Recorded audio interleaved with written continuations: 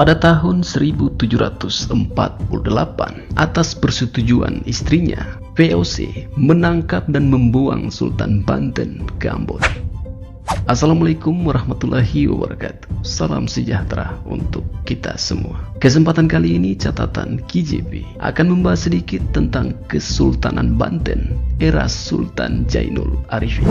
Namun sebelum lanjut, seperti biasa klik subscribe dulu ya, buat saudara dorang yang belum subscribe, agar Katong bisa terus saling berbagi informasi menarik tentang Maluku.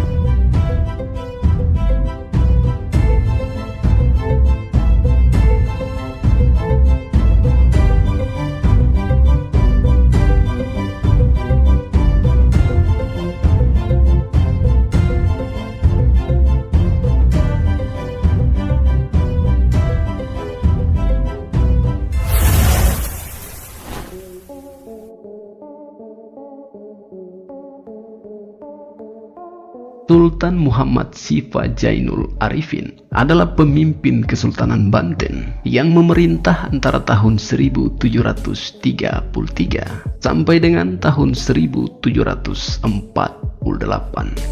Pada masa pemerintahannya ini, sering terjadi pemberontakan rakyat yang tidak senang dengan perlakuan VOC yang sudah di luar batas kemanusiaan. Seperti dilansir kompas.com, sejak akhir abad ke-17, VOC berhasil menanamkan pengaruhnya di Kesultanan Banten.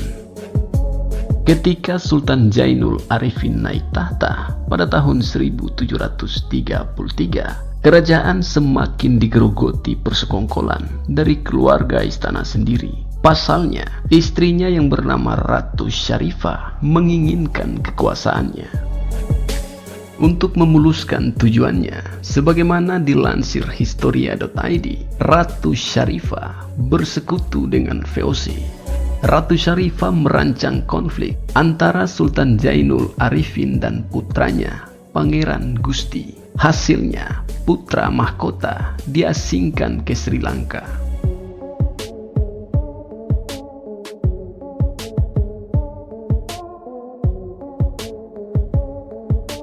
Ratu Syarifah kemudian mendorong kemenakan laki-lakinya, Syarif Abdullah, sebagai putra mahkota yang baru pada tahun 1747. Namun, menurut McReflect dalam sejarah Indonesia modern, putra mahkota yang baru itu terlalu muda untuk memerintah, sementara Jainul Arifin menunjukkan tanda-tanda penyakit jiwa. Karenanya, atas persetujuan Ratu Syarifah, VOC menangkap dan membuang Sultan Jainul Arifin ke Ambon pada tahun 1748.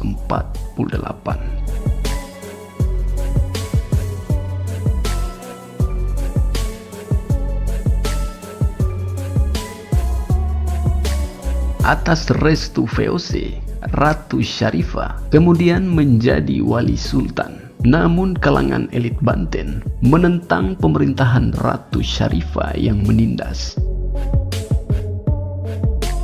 Proyek-proyek pembangunannya di istana meletakkan beban kepada jelata maupun kaum bangsawan, tulis Reflex.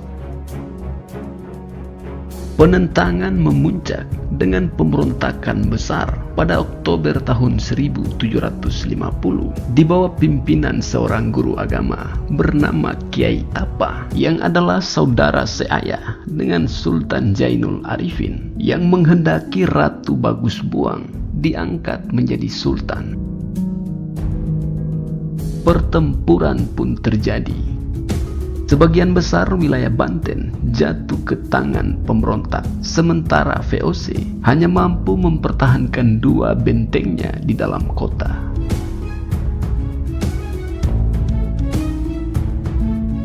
Tak ingin menderita kekalahan di Banten dan Mataram, VOC mengambil langkah strategis dengan menangkap Ratu Syarifah dan kemenakannya, lalu menahannya di Pulau Edam, Kepulauan Seribu.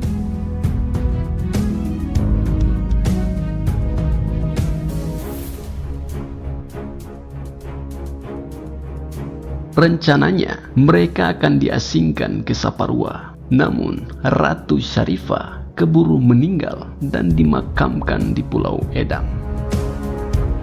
Pangeran Syarif Abdullah selanjutnya dibuang ke Banda dan hidup mewah di sana atas biaya VOC selama 39 tahun. Tulis Thomas B. Atalajar dalam Toko Merah.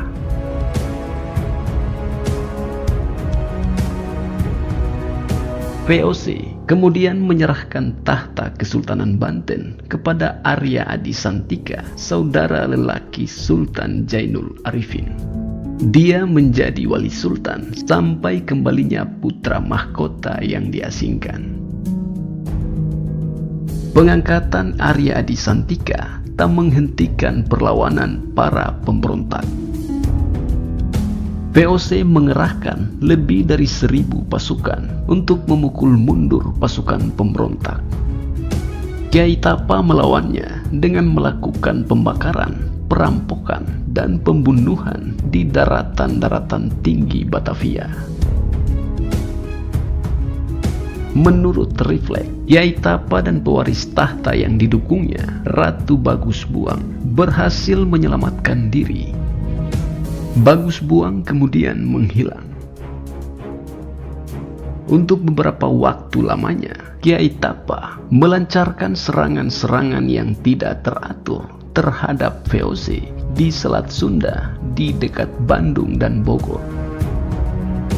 Sesudah itu, dia pergi ke arah timur untuk melibatkan diri dalam Perang Suksesi Jawa III, perang antara Pakubuwono II dan III yang dibantu VOC melawan Pangeran Mangkubumi yang dibantu Raden Mas Said. Perang ini berakhir dengan perjanjian Giyanti yang membagi kekuasaan menjadi Kesultanan Yogyakarta dan Kesunanan Surakarta, dan Kiai Tapa pun akhirnya menghilang. Pangeran Gusti, putra Sultan Jainul Arifin yang diasingkan, dibawa kembali dari Sri Lanka pada tahun 1753 dan diangkat menjadi sultan dengan nama Sultan Jainul Ashikin. Setelah itu, tulis Refleks, Banten secara resmi menjadi suatu wilayah jajahan VOC. Banten kembali damai, tetapi perdamaian tercapai bersama-sama dengan tunduknya kepada kekuasaan VOC.